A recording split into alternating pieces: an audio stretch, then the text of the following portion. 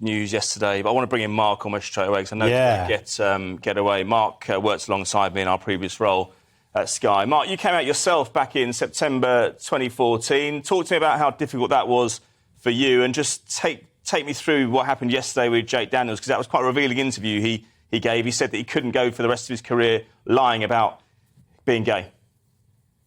Quite remarkable, wasn't it? Yesterday was a historic day for football. It was the day football changed for the better, all thanks to the courage of a 17-year-old boy.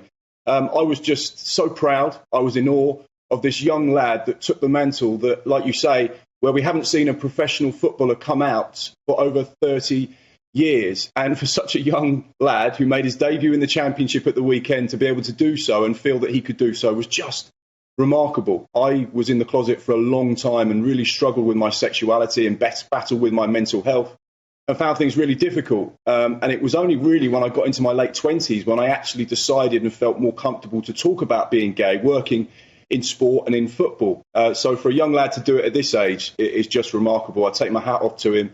And I think there will be so many young boys that want to be footballers, that want to play football, that have always been concerned about their sexuality. They'll be looking at Jake and the way he's been received and the way he's been treated since coming out yesterday. And they'll be able to just go into bed sleeping a little bit better because they know that it's accepted and you'll be welcomed and loved and supported for the person you are, regardless of your sexuality. And this is just a massive story. And I'm so proud of Jake and what he's been able to do, because I think it will genuinely change. And Mark, talk to me about your own experience back in 2014, because I remember that with my recollections are that my previous employer could have done more to support you, but football more generally were quite welcoming, weren't they? Particularly the club you covered, Bournemouth. Do you think that's going to be the same for Jake Daniels? Do you think football is ready to embrace that?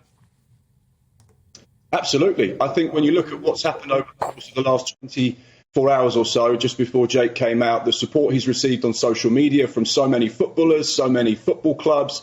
It was amazing to see the likes of Manchester United reply to Blackpool's tweet within a few minutes to offer their support. And you look at Jake's social medias, go from a couple of thousand followers to 40,000 this morning when I last looked. I think that's an indication as to how much love and support there is out there for the LGBTQ plus community.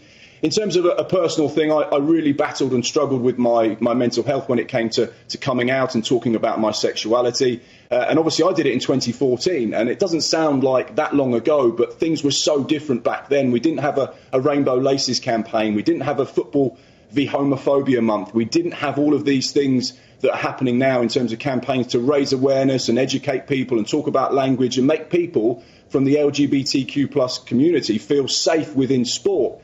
Whereas we've got that now. We've got education. We've got all these tools in place. And the people at the football clubs are aware that there are going to be gay footballers, and they need to be careful about their language, and they need to be there to support these people. And I think that's one of the clear messages I took from yesterday and Jake coming out, is that Blackpool clearly is a club that is supportive. Clearly, Jake felt comfortable in himself to speak to his manager, to speak to his teammates and the people around him and say, look, I'm gay and I want support and I want to come out and I want to talk about this. And you can only do that if you're in the right environment to be able to express yourself and be your authentic self. And that's probably one of the most pleasing things, because everyone talks about football being in the dark ages, and it is in so many ways. But clearly, Blackpool is very much in the future with the way they've dealt with this and the way they've made Jake feel.